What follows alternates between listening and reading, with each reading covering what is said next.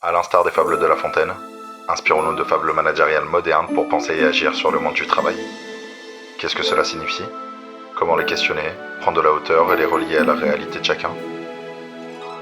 Ombre et lumière, les fables du management d'aujourd'hui.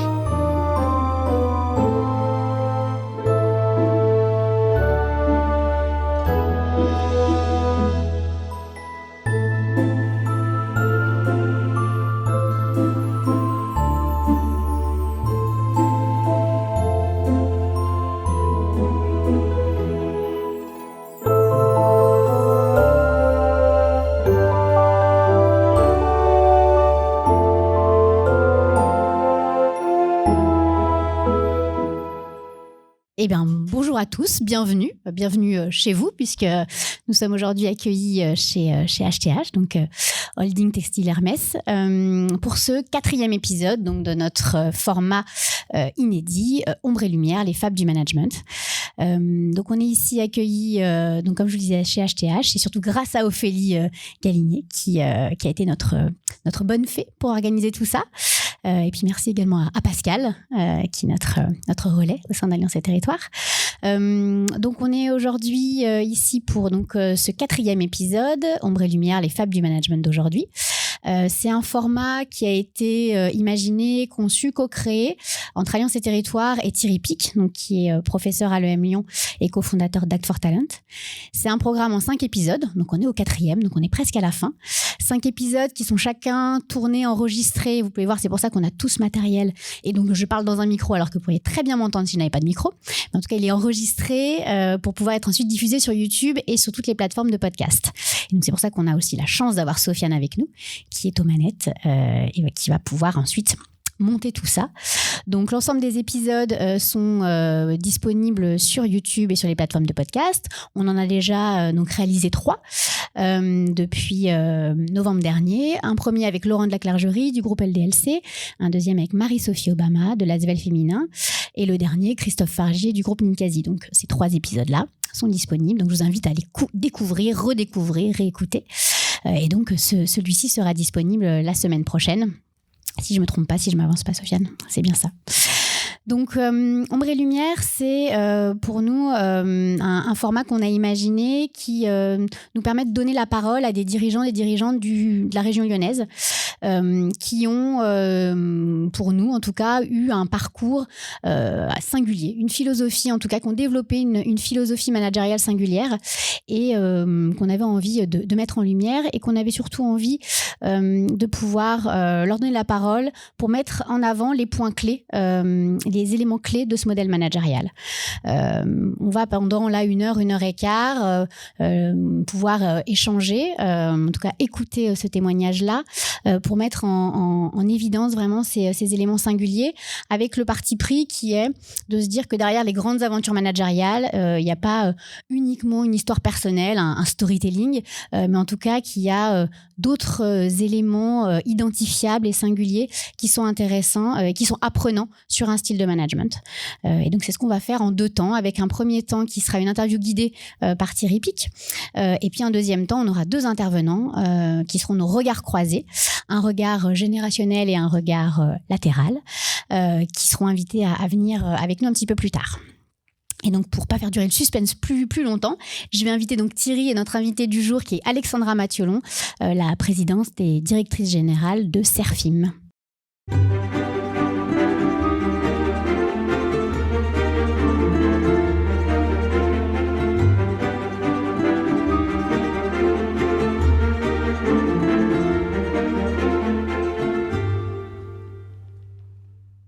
Bonjour à tous, bonjour Alexandra. Bonjour à toutes et tous. Alors on connaît bien Serfim, entreprise du territoire présente depuis presque 150 ans. On connaît moins Alexandra Mathiolon et l'objectif effectivement de cette série, comme tu le disais, Ombre et Lumière, c'est au-delà de la marque et des activités qui sont connues sur le territoire, c'est ce qu'on appelle l'ombre, c'est regarder à la fois les trajectoires individuelles et collectives, regarder les croyances, les valeurs, ce qui sous-tend des pratiques managériales.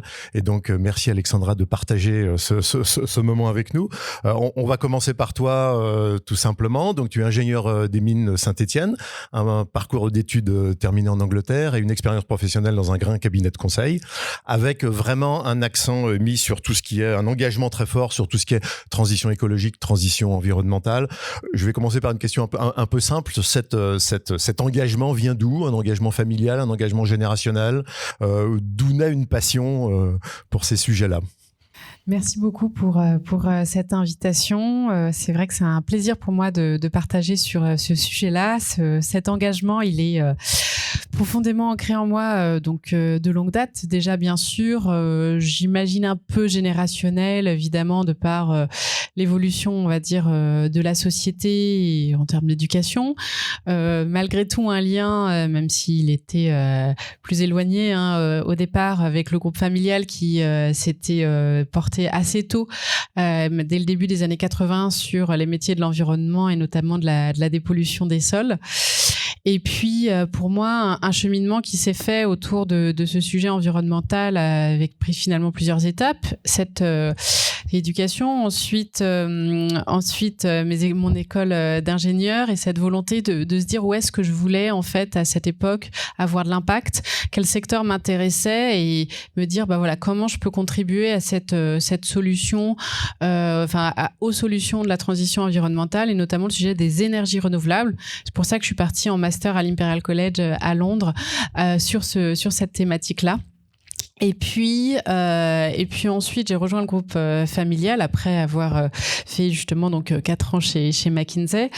Et là, j'ai eu la volonté de découvrir évidemment nos métiers et ensuite de bien mieux appréhender en fait à la fois nos métiers qui sont directement au service de l'environnement, mais aussi en fait ces métiers des travaux publics plus classiques qui en fait sont au service des grandes transitions. Et on va dire ce qui a continué de participer à cet engagement, pour moi, c'est une initiative qui m'a beaucoup marquée, qui est la Convention des entreprises pour le climat, que j'ai rejoint en 2021, septembre 2021, dans une période où j'avais beaucoup de raisons de dire non, parce que je prenais la direction générale d'un groupe qui fait bientôt 3000 personnes, 2 enfants en bas âge. Mon fils était né 6 mois avant le début de la CEC. Et du coup, je me suis rendu compte en fait que malgré tout ça, il fallait vraiment que j'aligne aussi mon agenda à mes priorités et que je savais que j'allais trouver au sein de la CEC en fait beaucoup de solutions, beaucoup en tout cas une initiative, et donc CEC pour Convention des entreprises pour le climat, si j'en reparle. Et là en fait, je me suis rendu compte que le sujet climat, on peut le regarder sur plein d'angles différents, et en fait je l'ai beaucoup regardé sur l'angle CO2 en bon ingénieur, les plus les moins, c'est plutôt facile. Et là l'idée c'était vraiment d'appréhender l'ensemble des limites planétaires. Donc on touche à la question de l'eau, à la question de la biodiversité, des ressources, et là on se rend compte que c'est un sujet assez passionnant. Passionnant, évidemment, on peut avoir une forme d'éco-anxiété, mais pour moi je sais pas si c'est triste ou joyeux, mais le climat, c'est ma passion, et l'ensemble de ces enjeux-là, parce que je trouve qu'on a des problématiques techniques, on a des problématiques de comportementales, plein de sujets sur lesquels toucher pour vraiment impacter sur cette question de l'environnement. Alors, on reviendra sur effectivement, concrètement, comment ça modifie ou ça influence le business. Je voudrais juste revenir du coup sur ta nomination 2018. Comment ça se passe, une nomination de quelqu'un qui est jeune, transition familiale, comment c'est perçu par les collaborateurs, raconte-nous un petit peu cette prise de fonction. Eh bien, une prise de fonction finalement qui a été assez fluide. Donc, je suis arrivée en 2018 dans le groupe, d'abord au sein des activités parisiennes, où aujourd'hui on fait à peu près un quart de l'activité de Serfim, en charge notamment des activités énergie. On a repris un certain nombre de sociétés, au tribunal de commerce aussi, dans la création aussi de l'activité d'énergie renouvelable, où on fait du photovoltaïque, qui faisait le lien et écho à mes études. Donc voilà, un certain nombre de missions dans un premier temps, donc une intégration qui a été très fluide, parce que je pense qu'on a déjà beaucoup communiqué, beaucoup partagé, d'abord en interne puis en externe, pour expliquer tout cela, et une volonté qui était de perdurer en fait vraiment le modèle d'entreprise indépendante que nous sommes. Serfim a un actionnariat qui est familial et managérial. Et l'idée, c'était vraiment de perdurer ce modèle d'entreprise indépendant qui est quand même à cette taille d'entreprise relativement rare. En janvier 2020, je suis devenue donc directrice générale du groupe. Donc là, plus en direct avec donc mon père Guy Mathiolon qui était président à cette époque. Là encore, plutôt très fluide, même si bien sûr on a connu la période du Covid qui est arrivée juste après. Donc je pense que le timing était plutôt malin du côté de mon père, ce qui nous a permis en fait de vivre cette période-là en fait ensemble. Et je pense que ça lui a donné et ça m'a donné beaucoup de courage d'être finalement à deux dans cette période-là. Une équipe de direction qui était pleinement mobilisée à mes côtés et que j'ai la chance d'avoir gardé à mes côtés avec un beau projet d'entreprise. Et du coup, dernière étape de cette transition en tant que présidente directrice générale en janvier de cette année. Là encore, avec une vraie volonté de mon père de pas faire les années de trop, d'anticiper, de préparer. Et donc, il a souhaité quitter les bureaux et ça s'est passé de manière assez fluide. Là encore, en communiquant beaucoup et avec beaucoup de partage sur ces sujets. Je trouve que c'est un très bon exemple de progressivité effectivement dans les transitions, ce qui est pas souvent le cas, et avec finalement le Covid un peu une opportunité de mener ce tuilage, même si évidemment personne ne l'a souhaité.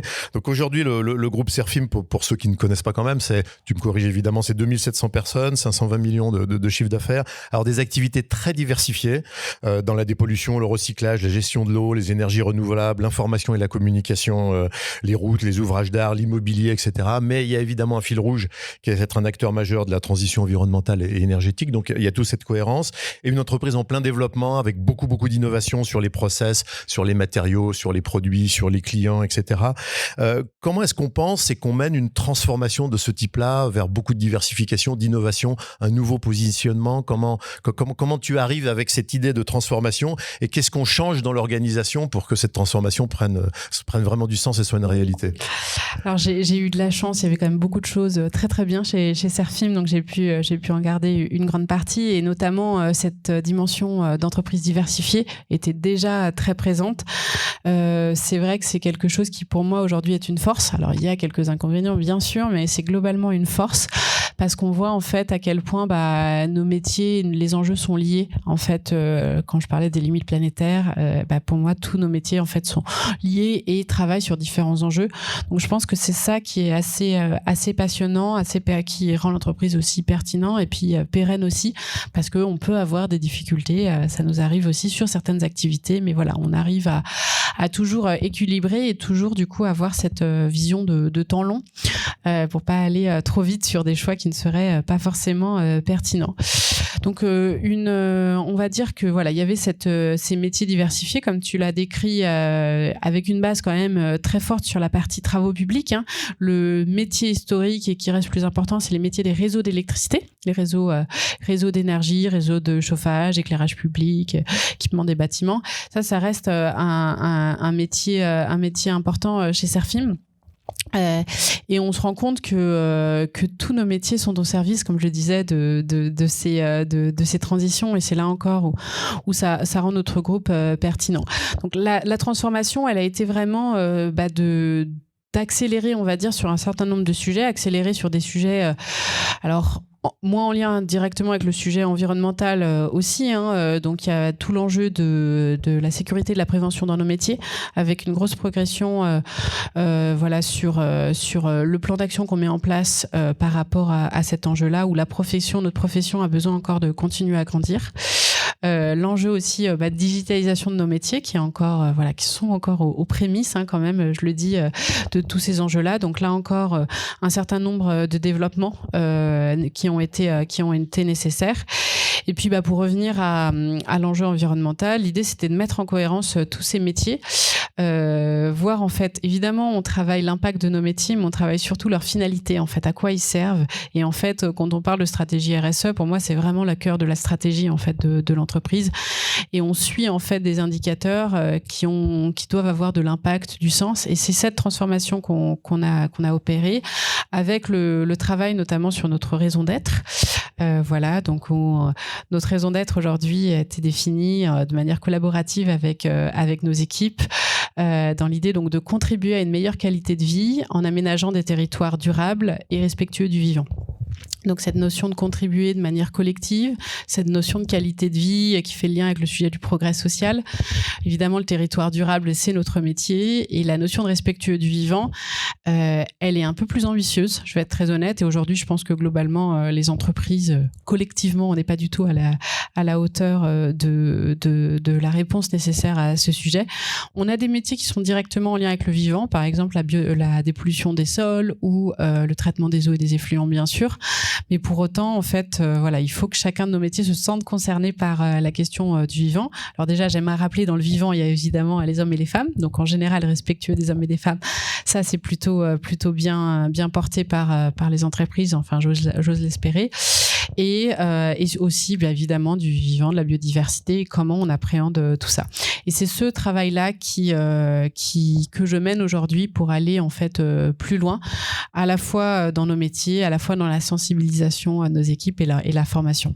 Donc je garde la diversification aussi comme une force, effectivement, mais avec une nécessité de cohérence, de raison d'être et de fil rouge qui irrigue l'ensemble des métiers. Alors on va revenir sur un certain nombre de tes engagements parce qu'ils sont nombreux. Donc effectivement, on est déjà sur celui de la transition environnementale et énergétique. Tu dis souvent que Serfim est un acteur de la régénération et pas simplement de la décarbonation ou du développement d'activités responsables. Qu'est-ce que ça veut dire exactement et comment ça se traduit ? Alors je vais être quand même aussi honnête quand je dis, enfin ça reste aujourd'hui une vision et ça reste peut-être une réalité sur certains de nos métiers, mais ça reste quand même une vision parce que j'aime être alignée en termes de communication, donc je vais pas prétendre être déjà pleinement dans la régénération. J'aimerais bien, honnêtement.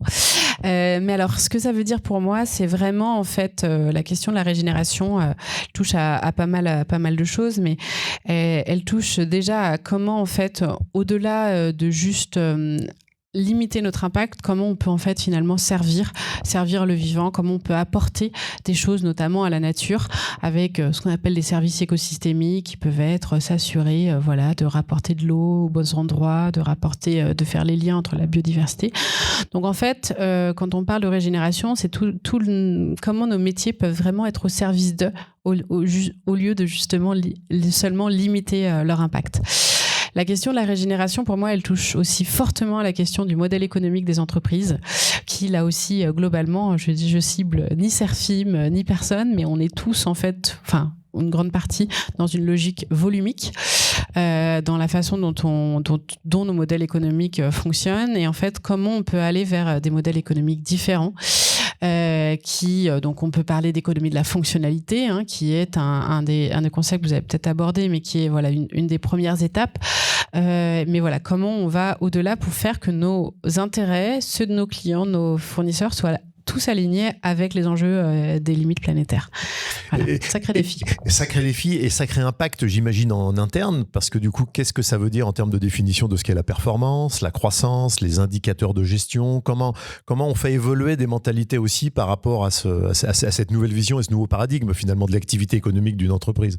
Comment tu ressens en interne ces éléments-là ? Alors là, aujourd'hui, on est dans une phase de transformation où on suit de nombreux indicateurs, on va dire un peu différemment. Donc déjà, dans la façon dont on suit en comité de direction, dont on les suit en reporting, donc l'enjeu de la sécurité, évidemment les enjeux financiers, mais aussi la thématique de la RSE, et faire qu'en fait on lise l'entreprise de manière globale et différente. C'est vrai que la question de la croissance en chiffre d'affaires, elle reste en fait vue comme une finalité. Et moi je dis, on peut avoir de la croissance potentiellement si on est dans le traitement des eaux et des effluents, on va pouvoir potentiellement en avoir parce que nos métiers, on sait, vont avoir un service bénéfique.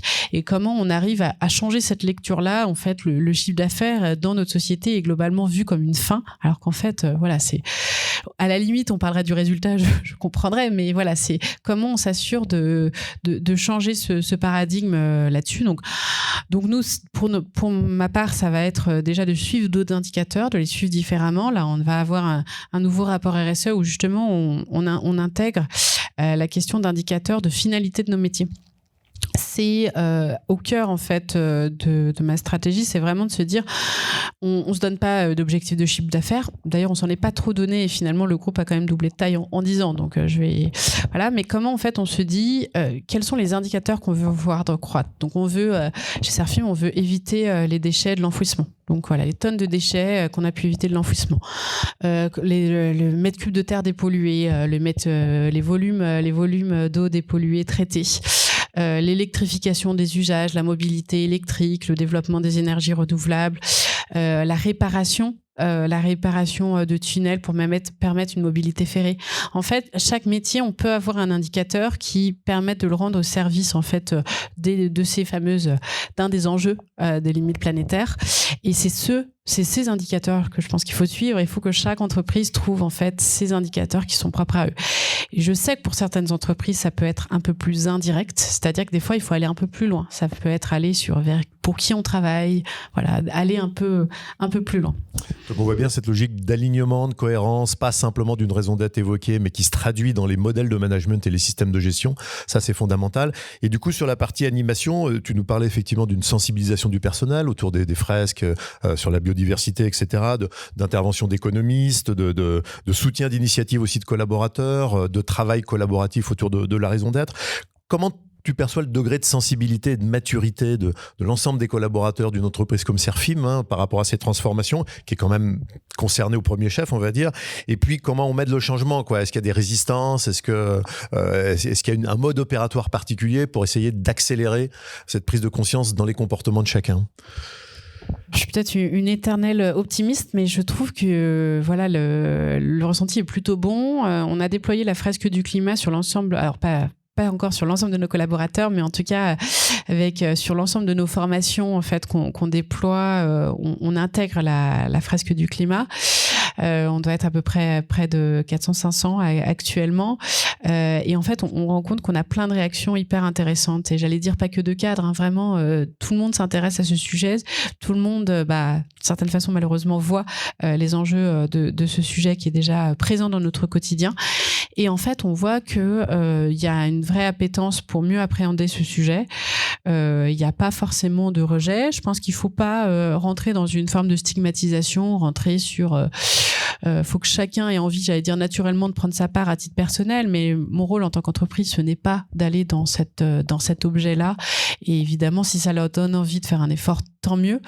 Mais mon objet principal, c'est de se dire comment on trouve les solutions ensemble, en fait, pour moi impacter dans nos métiers, bien sûr, parce que j'oublie pas notre impact. Et puis, comment on se développe, on va dire, sur des sujets avec une finalité qui est bonne et pertinente.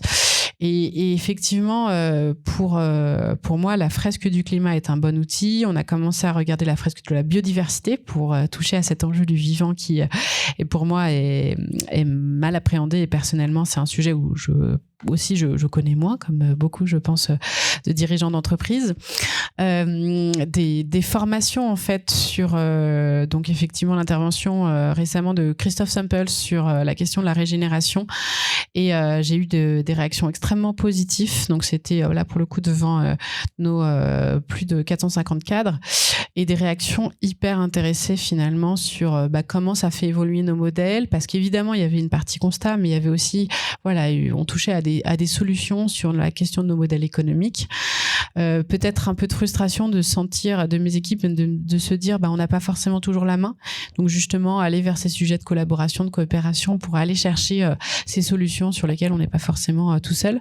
Mais voilà, je trouve qu'aujourd'hui il y a en interne, je trouve un beau mouvement, une belle envie d'aller là-dessus, et même au global en tant qu'entreprise, je pense que les entreprises au global doivent se rendre compte que même si on a fait beaucoup de choses, on n'a peut-être pas fait grand-chose à l'échelle du problème aujourd'hui. Et c'est ça, ce cap-là et cette humilité qu'il faut avoir face à l'enjeu qui est peut-être pas encore tout à fait appréhendé.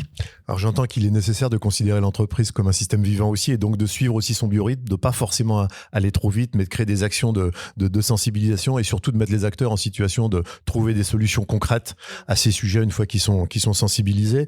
Et du coup, en termes d'action extérieure, tu as un peu évoqué évidemment la Convention des entreprises pour le climat, tu es aussi ambassadeur BPI vert, entre guillemets, et puis tu as des engagements aussi dans le secteur BTP au niveau national. Est-ce que ça, c'est une mission que tu te donnes en associant conscients des collaborateurs, certains ou pas du tout. Et puis je voudrais que tu nous racontes une initiative que moi j'ai trouvée vraiment intéressante, l'initiative Ecofair là, avec l'association de coiffeurs, qui représente bien, je pense, des façons concrètes d'agir de façon un peu innovante et peut-être écosystémique.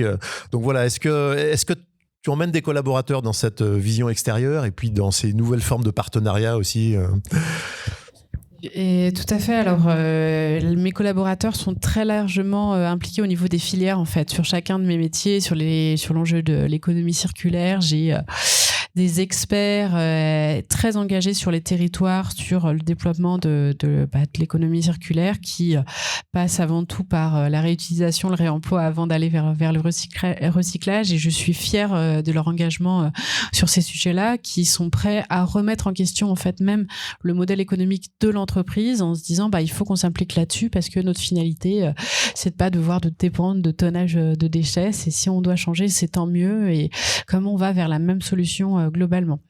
On a aussi des personnes impliquées dans l'enjeu de la dépollution et traitement des eaux, où là, pour le coup, on est vraiment sur des personnes. On a là, pour le coup, des docteurs au niveau de Serpol. On a vraiment une recherche qui est assez poussée. Et là, pareil, des implications sur les initiatives. Mais c'est le cas sur l'ensemble des métiers. Personnellement, Coq Vert, effectivement, BPI France, la CEC, la FNTP, la Fédération nationale des travaux publics, se mobilise sur le sujet avec une feuille de route de transition écologique de notre métier, qui est pour moi qui est quand même de bonne qualité, donc qui est dont je participe au niveau national, pour essayer de transformer nos métiers, donc de travailler notre impact, la finalité, là aussi l'enjeu de formation, d'attractivité sur notre métier, pour en fait mieux faire connaître comment nos métiers sont au service de ces transitions là. Donc pour moi, c'est important qu'on soit impliqué sur cette thématique-là, trouver le bon équilibre entre externe et interne. Mais ça, je crois qu'on est tous à se poser ces questions-là. Tout en restant proche des enjeux de notre métier.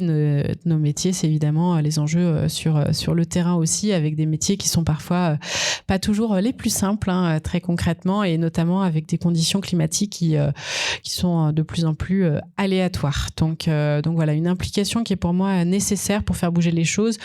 Là encore, dans une logique de coopération, de collaboration, parce que si on est seul à bouger, ça va pas servir à grand chose, on va dire ça. Voilà. Et avec des modèles du coup aussi innovants de co-entreprise ou de partenariat, comme on évoquait, qui sont effectivement un peu en rupture quand même par rapport à ce qui se fait. Effectivement, oui, le sujet Ecofair, je n'ai pas répondu, pardon. Cette question en fait d'avoir des co-entreprises aujourd'hui, elle devient assez structurante et importante pour nous. On a commencé cette logique de partenariat industriel dans le métier du recyclage, parce qu'en fait, on n'avait jamais eu de centre d'enfouissement, donc l'enjeu, ça c'était là encore, je pense, une de nos chances. Ça a été donc, on a très vite réfléchi à développer des filières de revalorisation en fait de ces déchets. Et pour ça, il faut trouver les industriels qui les réutilisent. Donc, on a des partenariats avec Saint-Gobain sur le plâtre, avec Vicat. Donc, ce soit sur la dépollution de terre qui remplace des matières primaires, mais aussi des CSR, des combustibles de substitution de récupération. Et puis, notamment, plus récemment, ce sujet d'Ecofair. Et là, qui a un partenariat avec une association de coiffeurs, qui récolte les cheveux usagés, jetés, coupés bien sûr, des coiffeurs pour aller les utiliser comme dépolluants en fait d'hydrocarbures, donc dans des boudins qui sont mis dans des sortes de collants, pour faire simple. Alors collants ou dans des films, il y a plusieurs manières de les mettre pour protéger, notamment éviter que les hydrocarbures se diffusent. Ça peut être mis dans des cales de bateaux, ça peut être mis dans des ports, et ça peut être utilisé dans le cas d'événements. Donc voilà, le cheveu peut capter les hydrocarbures, et ce cheveu peut même être nettoyé après. Donc voilà, partenariat atypique. Un bon exemple aussi d'une approche très écosystème où on va travailler avec des acteurs très différents. Et ça m'amène à un deuxième engagement très fort, tu l'as évoqué aussi, c'est la place des ETI et puis l'importance du territoire aussi et d'un écosystème territorial, donc avec de l'alternance.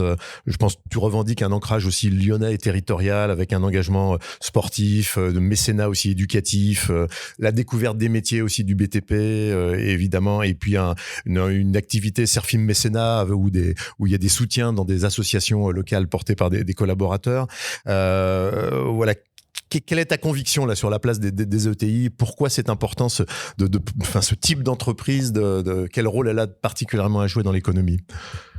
Alors les ETI, les entreprises de taille intermédiaire, je trouve aujourd'hui, c'est un modèle qui mérite de se développer en France, qui a pu quand même un peu plus se développer, et notamment grâce à quelque chose qui s'appelle le pacte Dutreil, qui n'existait pas avant, pas sous ce format-là, qui permet aussi de faire perdurer des entreprises, des ETI sur le long terme, qui ont en général un ancrage territorial qui est très fort. C'est le cas pour Serfim, alors on est présent au niveau national aujourd'hui, on est aussi présent en Espagne sur les métiers de la dépollution, mais notre ancrage territorial régional et lyonnais est évidemment très fort, ce qui permet pour moi de rendre au territoire assez naturellement aussi ce qu'on peut y faire.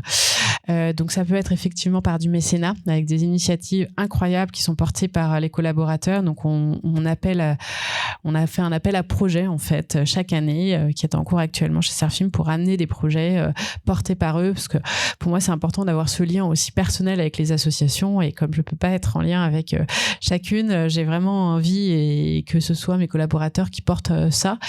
Et des initiatives dans le cadre de la santé, de l'éducation, du sport, de l'environnement qui sont toujours superbes. Une implication aussi dans le sport, effectivement, qui est assez prégnant chez Serfim, donc avec l'implication au loup rugby. Notamment, puis aussi à l'Asvel féminin. Donc là, je ne peux pas ne pas citer la finale de ce soir, où je l'espère, nombreux de vous seront présents, que je vous invite à venir découvrir sinon. Et là, on voit la chance d'avoir un territoire dynamique, d'avoir, là en l'occurrence du sport féminin aussi à ce niveau-là. Donc on est particulièrement très fiers de Marie-Sophie et de l'équipe qui se mobilise pour ça.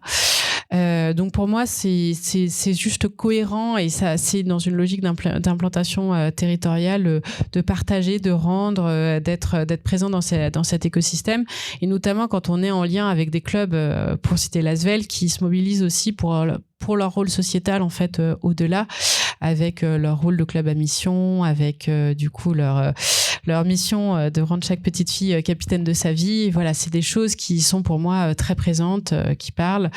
Et du coup, être en lien avec un écosystème finalement qui nous ressemble et qui porte des valeurs très similaires.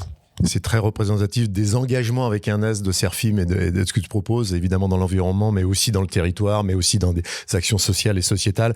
Et je ne peux pas aborder la question ne pas aborder la question de la place des femmes, notamment dans votre environnement. Alors, tu dis plus 59% de femmes en 4 ans chez Serfim, mais 14% des effectifs encore. Tu es aussi marraine d'un certain nombre d'initiatives et de projets autour de la place des femmes dans le monde du travail de façon large. Comment on peut déconstruire les mentalités, faire évoluer les choses, notamment par rapport à ces métiers encore perçus comme très masculins?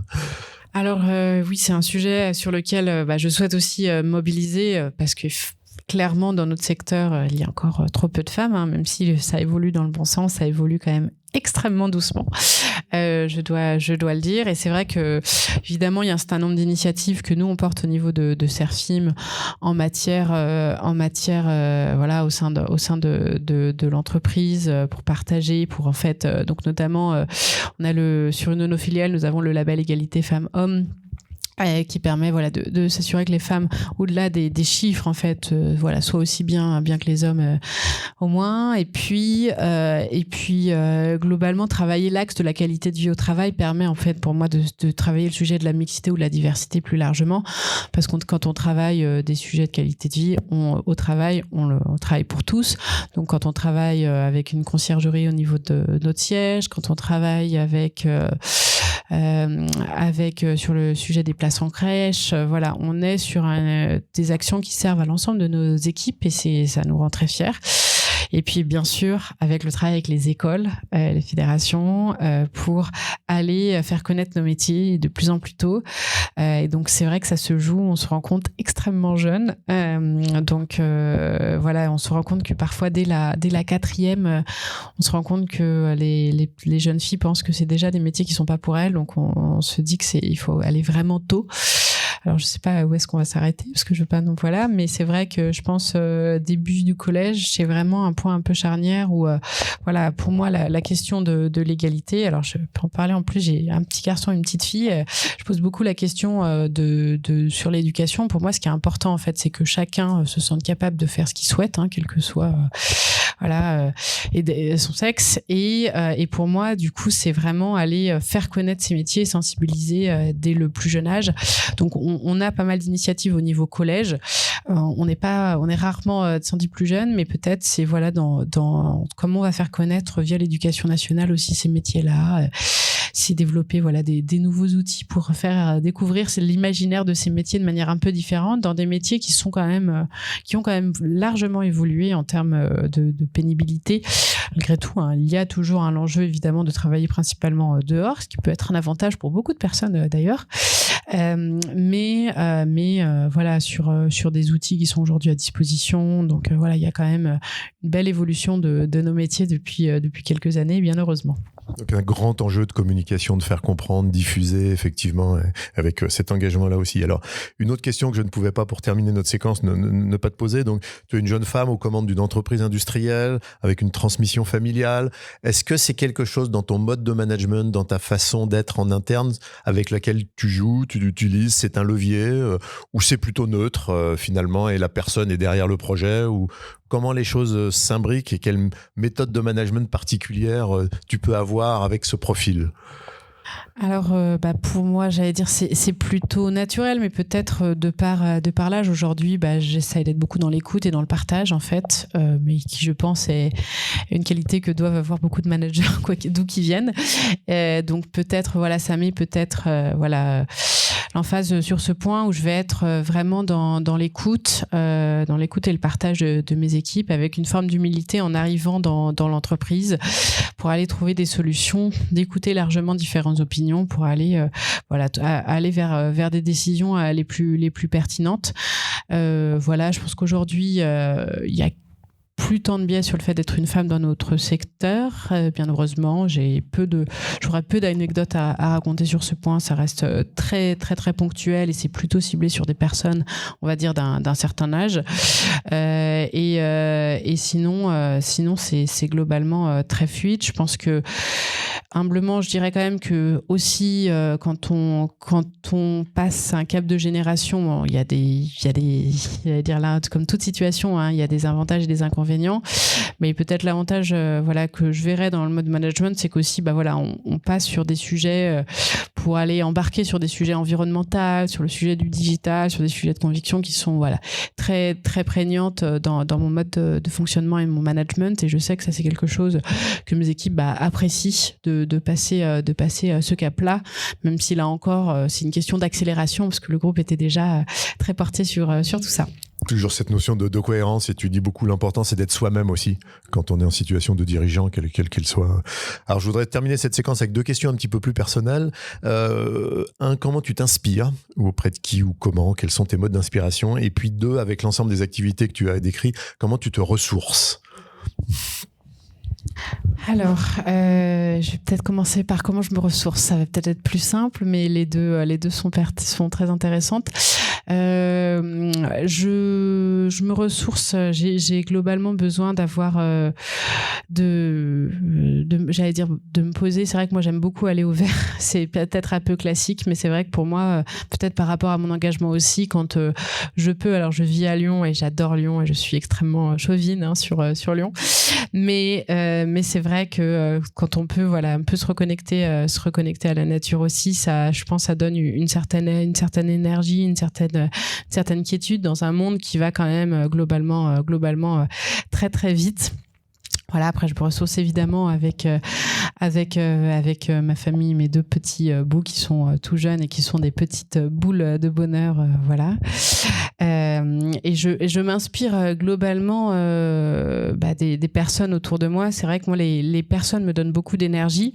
Effectivement, je m'inspire par les moments de convivialité que je peux partager au sein aussi de mon entreprise, qui me permettent de nourrir en fait la vision d'entreprise qu'on veut être. Je m'inspire aussi par cet engagement externe que je peux avoir au sein de ces différentes institutions qu'on a citées, mais aussi d'autres, pour être en contact et avec l'extérieur. Et pour le coup, pour moi, c'est très puissant. Et puis auprès de dirigeants qui portent cet engagement avec toutes les difficultés qu'on peut rencontrer au quotidien, et partager sur ça fait du bien, parce que parfois il y a effectivement des petits rappels à l'ordre, qu'il y a encore beaucoup de chemin. Donc pouvoir trouver ces personnes un peu ressources. Merci Alexandra de ce partage sur cet enthousiasmant et positif sur cette transformation qui nous concerne tous. Fanny, je te repasse la main pour la deuxième partie. On passe maintenant au regard croisé. Donc on va inviter nos deux intervenants, donc Flavie et Pascal, qui vont nous rejoindre. Donc un regard générationnel et un regard latéral. Encore une fois, je ne vous ferai pas l'offense de dire qui est le regard générationnel et qui est le regard latéral. Mais en tout cas, on a ces deux intervenants qui vont venir apporter leurs réactions, leurs questions. Ça amène pas forcément de réponse, ça peut, mais pas forcément. C'est vraiment une réaction à ce qu'ils ont entendu et puis à ce qu'ils ont aussi appris avant d'arriver ici sur le parcours d'Alexandra.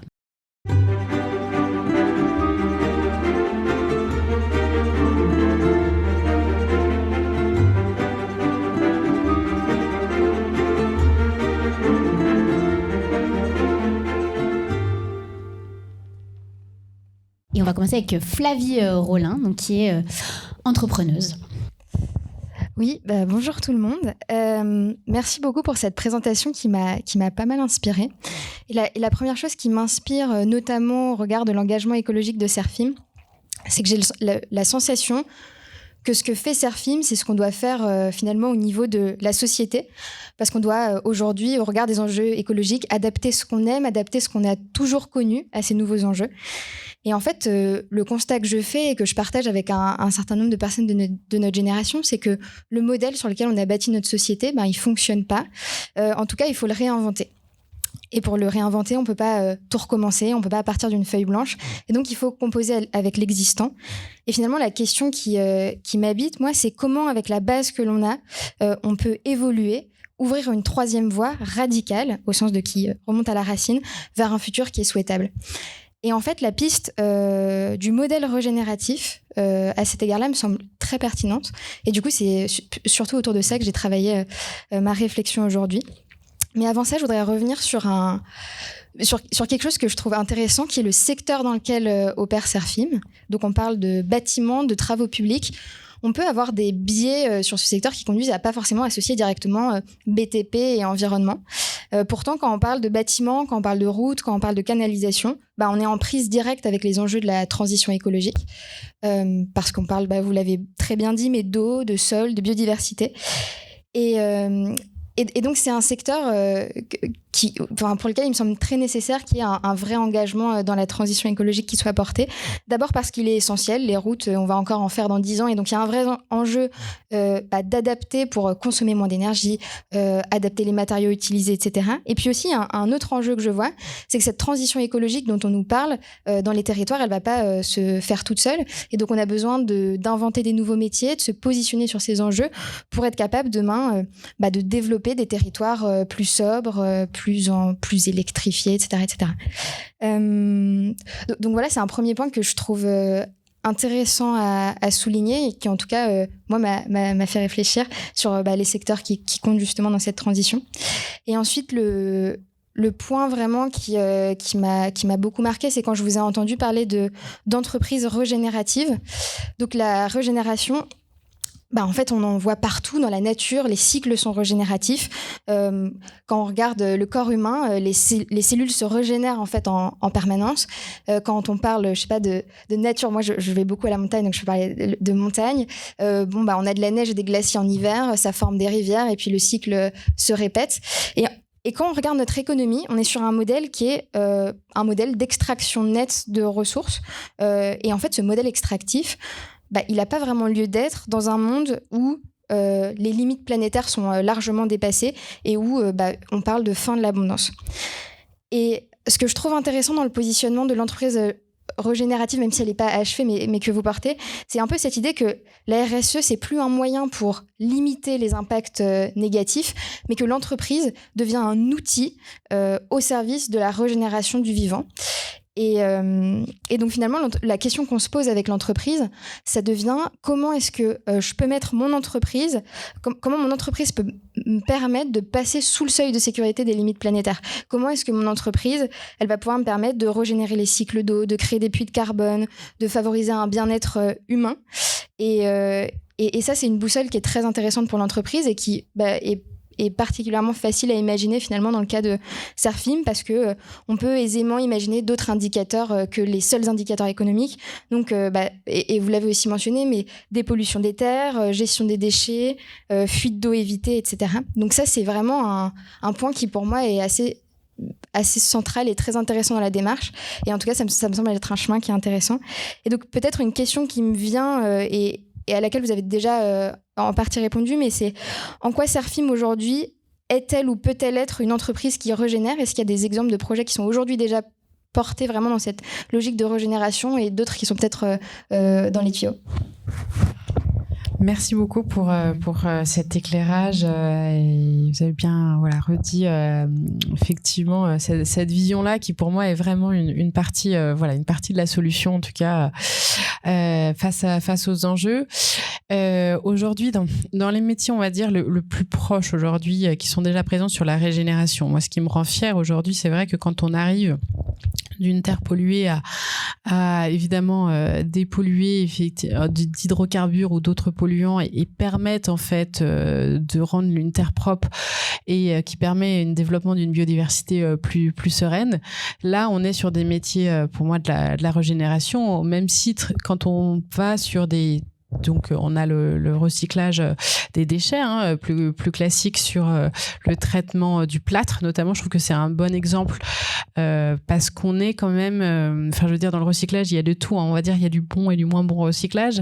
Là, on est quand même sur le plâtre, sur une forme de circularité qui est quasiment à 100% dans la façon de récupérer le plâtre.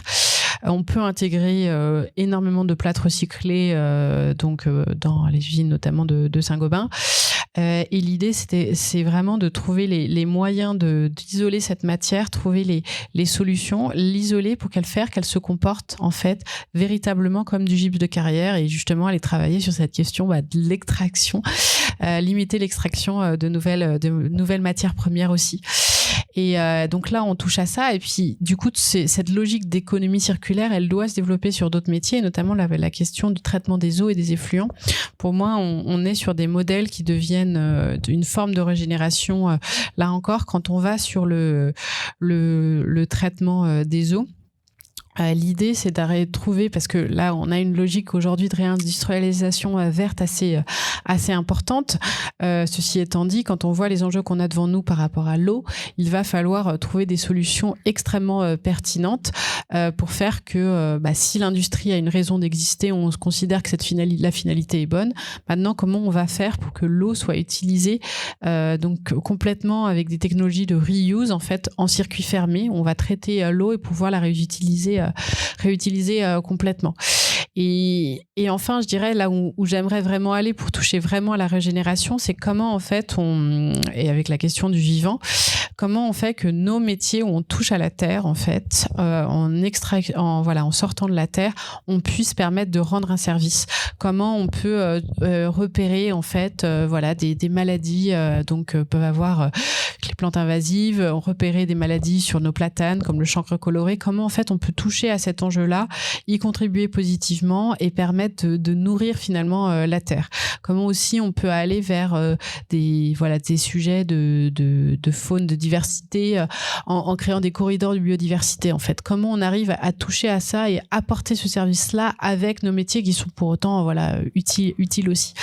Et ça, cette question de toucher au vivant et comment on arrive à lui apporter quelque chose, ça démarre. Voilà, c'est les prémices. Merci beaucoup pour la réponse. Et une fois qu'on a un peu abordé ce sujet, on se dit que c'est très séduisant, le modèle de l'entreprise régénérative, on a envie d'y aller. Mais on ne peut pas ignorer la complexité de faire émerger un tel modèle. Et ce sur quoi je me suis penchée, c'est principalement l'application interne et externe de l'entreprise telle que vous la portez. En interne, un sujet qui me paraît complexe, c'est celui de la transition écologique, tout simplement, qui, et vous l'avez mentionné, mais aborde des métiers qui sont très diversifiés, nécessitent de l'innovation, des connaissances pointues dans tel et tel domaine. Et donc, on ne peut pas imaginer qu'il y ait quelqu'un en haut d'une pyramide qui détiendrait toutes les clés de solution pour pouvoir penser la transition écologique dans l'entreprise et qui n'aurait plus qu'à la redistribuer à un sous-manager qui lui-même le redécouperait en morceaux pour l'apporter à d'autres collaborateurs. Et donc, il y a un petit peu cet enjeu qui vient avec l'avènement d'une entreprise qui tend vers le régénératif, de tendre aussi vers une transformation des systèmes managériaux et donc d'aller aussi vers une transition managériale. Ça, c'est un premier point que je voulais soulever. Et le deuxième, c'est tout ce qui est en lien avec les parties prenantes. Serfim s'insère dans un cadre concurrentiel qui est existant et qui, aujourd'hui, ne favorise pas la transition parce que même si tout le monde aurait intérêt à la transition, finalement, les intérêts individuels ne les ont pas directement. C'est un peu cette phrase de « je ne vais pas prendre tel engagement » parce que si telle autre entreprise ne le prend pas avec moi, alors dans ce cas, je serai défavorisée. Le dilemme du prisonnier qu'on connaît. Et donc finalement, la question qui se pose, c'est comment on réussit à créer de la coopération et de la confiance pour aller vraiment, pour pousser vers une transition qui aille à un bon rythme, que ce soit en interne ou en externe. Donc il y avait déjà quelques exemples autour de comment on coopère avec d'autres entreprises, mais peut-être aussi comment on va vers des logiques de management différentes. Voilà, si vous avez quelques points à ajouter autour de ça. Effectivement, là, on touche à l'enjeu principal de ces transitions. Hein, c'est comment on embarque tout le monde et aussi par là les autres entreprises. Alors déjà, en interne, c'est vrai qu'on a la chance aussi, donc au-delà d'être diversifié, d'être une forme d'entreprise assez décentralisée aussi. Et l'idée, c'est d'aller trouver aussi des collaborations aussi au sein de l'entreprise par les liens entre nos métiers, que ce soit au niveau territorial, au niveau des expertises, d'aller créer des liens et se trouver des solutions ensemble. Là, on est vraiment dans la manière dont on crée en fait les conditions pour faire que les personnes échangent et se rencontrent. Donc très concrètement, chez nous, ça veut dire avoir des groupes transverses un peu thématiques, mais finalement d'avoir peu de collaborateurs de siège. C'est le modèle de Serfim, il y en a d'autres, et ce qui permet aussi de s'assurer pas mal de liens et d'avoir des projets, on va dire, locaux qui ont beaucoup de sens. Donc ça, c'est vraiment la manière dont le travail en interne, et pour moi, c'est extrêmement stratégique au niveau de Serfim de continuer à nourrir ça, faire que les gens se connaissent avec un groupe qui aujourd'hui a grandi quand même en taille, et faire que les personnes se connaissent pour avoir envie de travailler cet enjeu-là ensemble. Il faut évidemment qu'ils se retrouvent en termes d'engagement et qu'ils soient motivés à avoir évidemment à travailler ce sujet-là et ces solutions. L'enjeu de nos entreprises, c'est de trouver nos parties prenantes en fait qui trouvent des solutions, que ce soit nos fournisseurs pour trouver les bonnes solutions et que ce soit nos clients pour faire adapter nos modèles économiques. Ce que me disent beaucoup mes équipes à juste titre, c'est que globalement nous on répond à un cahier des charges qui est donné par notre client, donc on répond au mieux qu'on peut. On essaye de trouver des solutions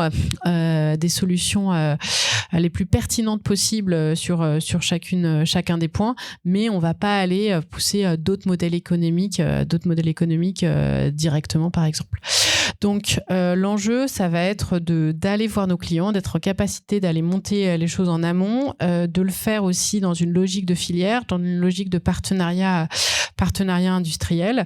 Donc par exemple, quand on travaille le sujet de chantier bas carbone, ou en tout cas en travaillant à diminuer l'impact de nos chantiers, on se met à plusieurs autour de la table. Donc il faut bien sûr l'entreprise de travaux publics, mais il faut aussi, en l'occurrence c'était Box Rexroth pour la partie véhicules électriques, Vicat pour le béton bas carbone, la métropole de Lyon, la ville de Bron en l'occurrence, pour aller organiser le chantier différemment, pour permettre d'optimiser, faire moins d'enrobés temporaires, organiser la temporalité du chantier en se donnant le temps et l'espace nécessaires à la réalisation d'un chantier bas carbone. Et on se rend compte qu'on trouve des solutions. Donc là, on était à moins 30% de carbone en moins sur l'analyse globale du cycle de vie du chantier. Mais il faut qu'on se mette à plusieurs autour de la table. Et ça, c'est évidemment l'enjeu. Et effectivement, pour donner la confiance aussi aux autres acteurs d'y aller, moi je pense qu'il faut vraiment un mixte en termes d'engagement. Il faut aussi un peu de règles de haute dimension en termes réglementaires aussi. C'est pas forcément très populaire de dire ça, mais je pense que ça quand même permet de faire avancer certains acteurs dans une certaine mesure. Mais voilà, avec en tout cas beaucoup de pragmatisme, parce que les entreprises ont une capacité à bouger. C'est le constat qu'on avait fait à la Convention des entreprises pour le climat. Quand on parle du triangle de l'inaction entre citoyens, gouvernement et entreprises, les entreprises peuvent bouger assez vite, en fait, peuvent vraiment être force de proposition. Donc, il faut miser, pour moi, sur elles aussi pour transformer et aller apporter des solutions. Merci beaucoup. Et je conclurai juste sur une citation que j'aime bien de Bergson, qui est un peu antifataliste, et j'ai l'impression quand même que c'est l'énergie qui sort quand je vous écoute, qui dit que l'avenir ne soit plus ce qui va arriver, mais ce que nous allons en faire. Et je trouve que c'est un peu le message que vous portez aujourd'hui. Merci Flavie. Je vais passer maintenant la parole à Pascal, donc Pascal Cordet, qui est consultant et dont les thématiques de prédilection sont la stratégie, l'innovation et l'intelligence collective. Merci. Je vais essayer d'aller assez vite parce que beaucoup de choses ont déjà été dites et le temps est passé. Le premier point très vite, c'est de dire que en fait, vous inscrivez pleinement dans le cycle des intervenants qu'on a eu jusqu'à maintenant, donc des 3 personnes, des 3 dirigeants qui vous ont précédé, notamment sur un point vraiment commun aux 3, qui est la façon de porter l'idée même d'entreprise, et c'est-à-dire le verbe entreprendre. Voilà, quand on vous écoute tous les 3, on ressent ce que veut dire entreprendre, c'est-à-dire pas simplement produire, que ce soit des biens, des services ou des résultats.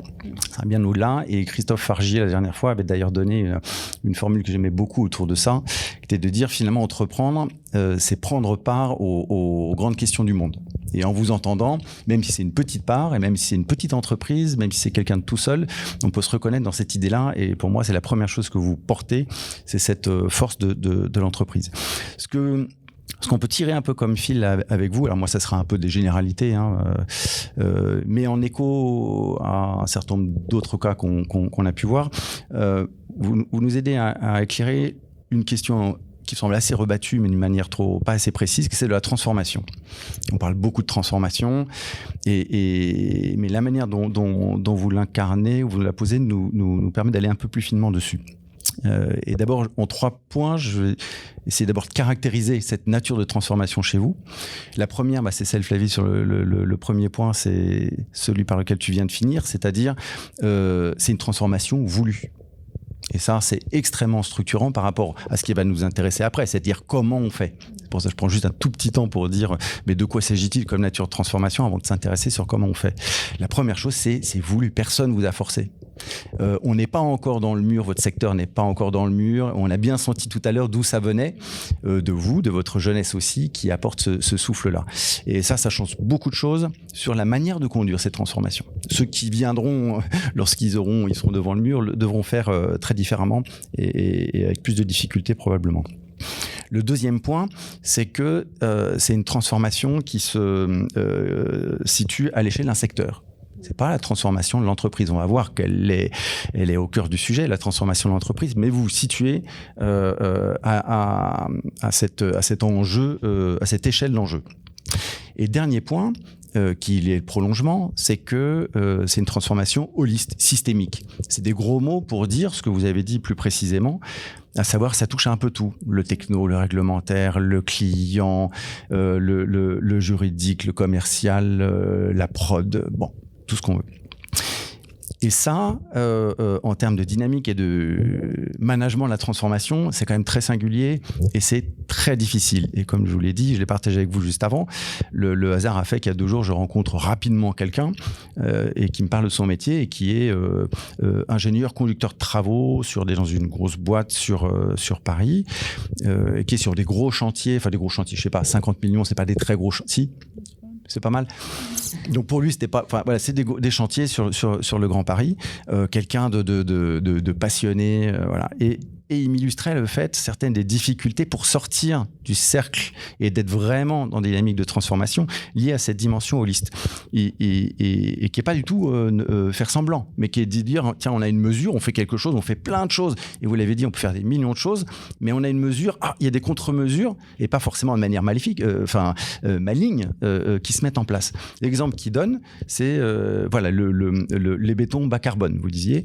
Voilà, et c'est dans la commande de la maîtrise d'ouvrage. Donc, on fait des bétons bas carbone. Sauf que ces bétons ont d'autres caractéristiques. Donc, bas carbone, c'est sûrement très bien par rapport aux enjeux de transition écologique, mais ça met plus de temps à sécher. Et donc, pour compenser, et sauf le client, lui, il n'est pas prêt pour autant, c'est lui qui a demandé du bas carbone, mais il n'est pas prêt pour autant à étendre ses délais, les délais de ses chantiers. Résultat, pendant la nuit, derrière, je ne sais pas comment ça s'appelle, les machins pour les gros trucs de métal dans lesquels on coule le béton, mais ils mettent des méga résistances électriques. Bon. Ça, c'est une illustration, je la trouvais très intéressante parce il y en a une deuxième qui renvoie à la question du coût, qui est très souvent présente, mais là, alors ça touche probablement au coût, mais ça veut dire que si on veut changer ces choses-là, il faut même changer le rapport à la temporalité et être capable d'accepter que, voilà. Donc ça, c'est une illustration. Une autre que j'avais partagée aussi avec vous sur la gestion des déchets. Donc vous y êtes venu. Il dit, voilà, moi sur mon chantier, j'ai la responsabilité d'organiser la gestion des déchets. Ça doit être fait selon des normes qui ont changé par rapport à un certain temps. Tout le monde me vend dans mes prestataires, me dit qu'il va faire la chose, mais je sais bien que dans la réalité vraie, il y en a 3 sur 4 ou 2 sur 4 qui vont faire ça pas bien, à l'arrache, en douce, pas dans les règles, et qu'il n'y a pas moyen de... Voilà. Et ceux-là sont les moins chers. Qu'est-ce qu'on fait ? Qui porte le coût de cette vérité de la volonté de transformation ? Il lui dit, et moi je suis prêt à le faire, mais voilà, derrière je le paye, moi je suis un salarié. Et pour conclure là-dessus, ce qu'il dit, et je venais de parler avec quelqu'un de passionné qui adorait son métier, qui adorait le secteur, qui adorait ce qu'il faisait, et qui me dit, mais ça touche là une limite. Et en fait, c'est peut-être ce qui va faire que je sorte de ce métier, parce que j'adore le métier, mais ce que je fais en parlant de ces cas-là, ce à quoi je contribue ne me plaît pas. Et ça peut me mettre en rupture jusqu'à changer de modèle et aller faire autre chose, alors que c'est tout mon parcours de vie. Je trouvais ça assez intéressant, en tout cas comme illustration de ce que ça veut dire que un écosystème véritablement systémique, et ce que ça veut dire que de vouloir sortir de ça et de la grande difficulté. Et donc, ça nous arrive à, OK, maintenant, comment on fait ? Et c'est pas comment vous faites. Et on va essayer juste de lire 2-3 points dans ce que vous nous avez donné à voir sur ce qu'est votre management de ces transformations-là. Et en écho à ce qu'on a pu voir, on en parlait hier soir avec Thierry, on passait un peu en revue nos longues années, tous les deux, on est tous les deux latéraux, on n'est pas générationnels, d'opérations, dont certaines ensemble, ou dans le lot avec des ambitions. On prenait cette case-là, ambition de transformation, puis celles qui se sont pris le mur, et celles qui ont... Voilà. Donc on trouvait dans ce que vous nous disiez les échos de celles qui, évidemment, étaient plutôt en réussite. Le premier point, me semble-t-il, c'est la dualité, et vous avez dit le mot tout à l'heure, la dualité entre l'ambition et l'humilité. Et vous l'avez dit d'une manière qui est nouvelle pour moi, c'est-à-dire que, alors moi j'ai découvert ça il y a 10 ans chez un de mes clients, peut-être extraordinairement ambitieux, des gens, et ils m'ont montré au fil du temps comment l'ambition et l'humilité étaient les deux faces d'une même pièce. Jusque-là, non, je voyais ça plutôt de manière antinomique. Et dans bien des cas, on assiste à des chutes ou à des non-réussites, on va dire, de dynamique ambitieuse de transformation à cause de l'hubris. Voilà, j'ai une ambition, je roule, je pars, et puis et vous venez d'illustrer d'une manière un peu nouvelle pour moi cette notion d'humilité en disant, mais l'humilité, c'est aussi de se dire, ouais, mais mon ambition, j'y suis pas. C'est aussi de se rappeler que je ne suis pas dans cette ambition. Et en fait, on en fait non pas on fait un outil pour ne pas oublier cette ambition. Et ce que moi, je constate, par exemple, dans les dynamiques de transformation stratégique, vous voyez, d'élaboration stratégique, même lorsqu'on le fait le mieux du monde, et j'espère y participer, malgré ça, le lendemain, on est ressaisi extraordinairement par le quotidien et on s'éloigne de cette ambition. Et donc, je trouvais très intéressant de voir que dans ce couple humilité-ambition, l'humilité, vous nourrissez le rappel à votre ambition. Donc ça, c'est un élément majeur de management de ces transformations. L'humilité, c'est aussi, et ça amène au second, de se dire, et vous l'avez illustré tout le temps finalement, vous êtes un grand chef, une grande patronne, mais vous n'arrêtez pas de nous dire, sans le dire, que vous ne pouvez rien faire toute seule. Que ce soit en interne, que ce soit en externe, le grand patron, celui qui a tout le pouvoir, a zéro pouvoir. Voilà. C'est ça aussi, la première déclinaison de l'humilité. Et ce que vous nous dites aussi, c'est un point suivant, c'est de dire, et comment on travaille cette dimension-là? Eh ben, je ne peux rien sans les autres, mais je peux rien leur imposer. Je suis très costaud, mais je peux néanmoins rien leur imposer. Et comment on fait? Qu'est-ce qu'on travaille? Et ce que je trouvais très intéressant dans ce que vous exprimiez, c'est le travail sur ce qu'on peut appeler les représentations, ou moi je dirais plutôt la question de la signification. On parle toujours de sens, et dans le sens, il y a 3 sens au sens, le sens de la sensibilité, le sens de où tu vas, la direction, mais celui qu'on ne travaille pas, ou très peu, c'est le sens de la signification. Et là, on entend chez vous ce souci de poser des notions, de poser des éléments de signe, mais de les travailler. Qu'est-ce que ça veut dire le vivant? On ne sait pas, on est là, je sais que, mais comment on lui donne une consistance? Qu'est-ce que ça veut dire la régénération? Qu'est-ce que ça veut dire la performance, le chiffre d'affaires? Non, c'est quoi la mesure de performance? Et j'avais une question, mais du coup, elle a disparu parce que vous y avez répondu suite à une question de Flavie. C'est sur la dimension, vous en parliez moins, de travail avec le client. Donc même voilà, sur ça, vous illustriez comment c'est pas simplement avec les partenaires entreprises, qui effectivement sont plus réactifs, qu'on peut agir aussi dans faire évoluer, même si à mon avis c'est très difficile, et je pense, ça sur d'autres cas, que c'est quelque chose qui demande 2 choses, du temps, on va y venir juste après, mais aussi de l'écrit. Pour moi, l'écrit est un outil, si vous voulez, pour que les choses ne s'évaporent pas, que s'impriment dans le temps les changements de représentation. Il faut quelque part, et c'est à ça aussi que servent nos amis universitaires ou autres, et pas que, journalistes, ou même, et surtout les entrepreneurs comme vous, qui prennent la main, la parole, mais aussi le stylo. Et donc tout ça, ça renvoie à un autre point qui est celui du temps. De la gestion du temps, donc je vais vite dessus, donc avec peu de temps pour le coup, mais pour ça vous l'aviez illustré plus encore dans l'échange préparatoire qu'on avait eu, qui était parce que le temps c'est au moins 2 choses, c'est comment j'agis au bon moment, comme tout ça est très complexe, comment je fais pas la connerie, je vais pas trop vite là, et puis je perds ceux qui sont derrière. Mais c'est aussi, et c'était très présent dans ce que vous disiez, s'inscrire dans le temps. Et pour moi, après un certain nombre d'années de voyage auprès notamment des dirigeants, si on me demandait c'est quoi la qualité première d'un dirigeant, quel que soit le secteur, pour moi c'est le fait d'être capable de prendre ce recul par rapport au temps, y compris dans la crise, y compris dans l'urgence, toujours être inscrit dans une logique aussi de temps long. Et ça, j'ai trouvé que c'est la caractéristique pour moi première et fondamentale des dirigeants, et encore plus dans les enjeux de transformation. Je vais très vite sur les 2 derniers points. Il y en a un qui est, il serait un peu trop technique finalement, mais vous l'incarnez bien, donc je vais juste le citer. On en avait parlé avec Christophe Fargier, c'est le fait d'articuler le stratégique et ce qu'on appelle l'organique. C'est-à-dire de pas être, je suis dans une transformation business, stratégie business, puis derrière, ma boîte, elle sert à atteindre cette transformation business. Oui, mais non. C'est-à-dire, c'est tout aussi fondamental, et c'est ça que vous illustrez très bien, que cette transformation organique est celle qui elle-même nourrit la capacité à changer cette dimension business. Et ce qui amène à mon dernier point, qui est qu'en fait, se recentrer aussi, oui, les autres, oui, pas tout seul, oui, nécessairement avec les autres, mais finalement, tout ça part de moi quand même. Et la dernière fois, on avait conclu la préparation comme ça, où vous disiez...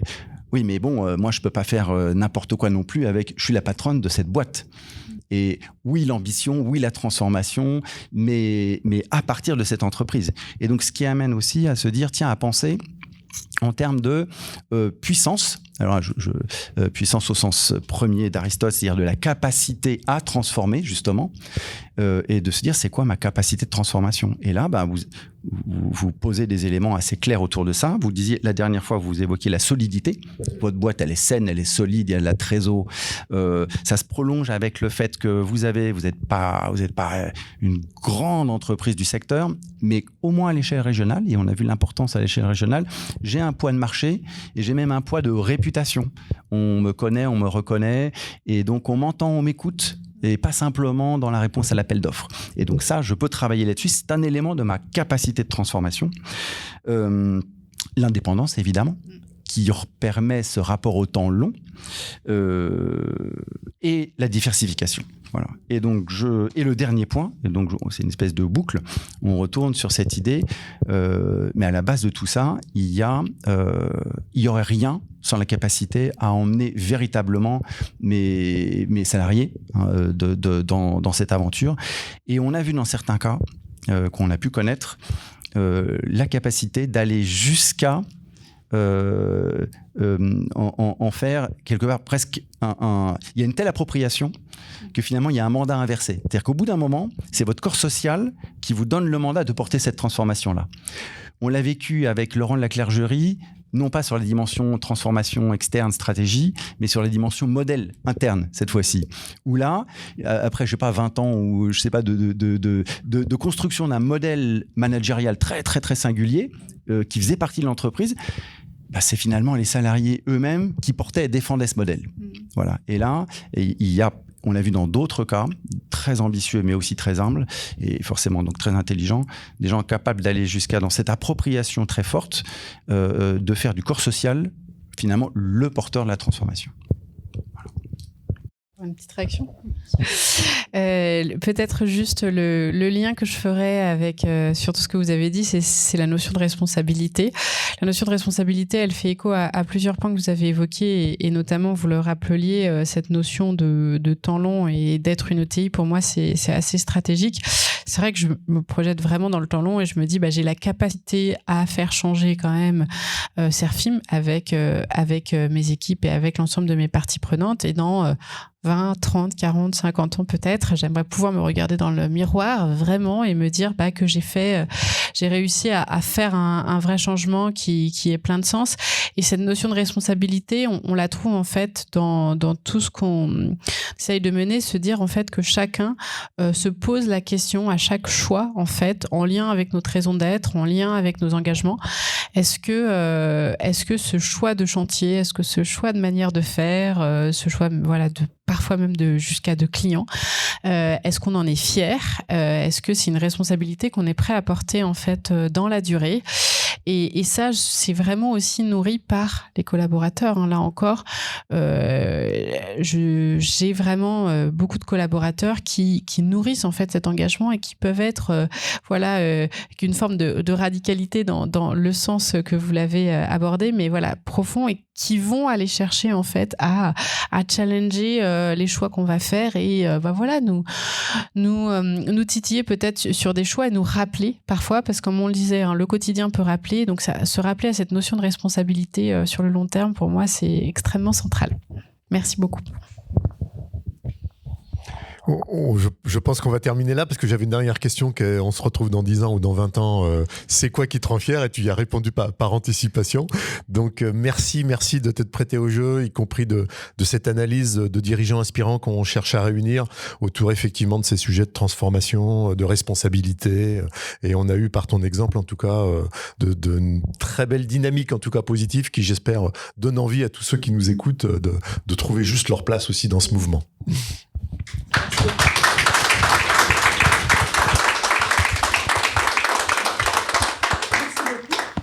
Tu me l'avais éteint, Pascal. Merci beaucoup. Donc, on a terminé cet épisode. Je vous le redis, si vous ne l'aviez pas entendu, il sera disponible dans une semaine sur YouTube et sur les plateformes de podcast. Donc, n'hésitez pas à le réécouter puis à le partager. Merci d'être resté jusqu'au bout. Et pour ceux qui n'ont pas encore mangé, bon appétit.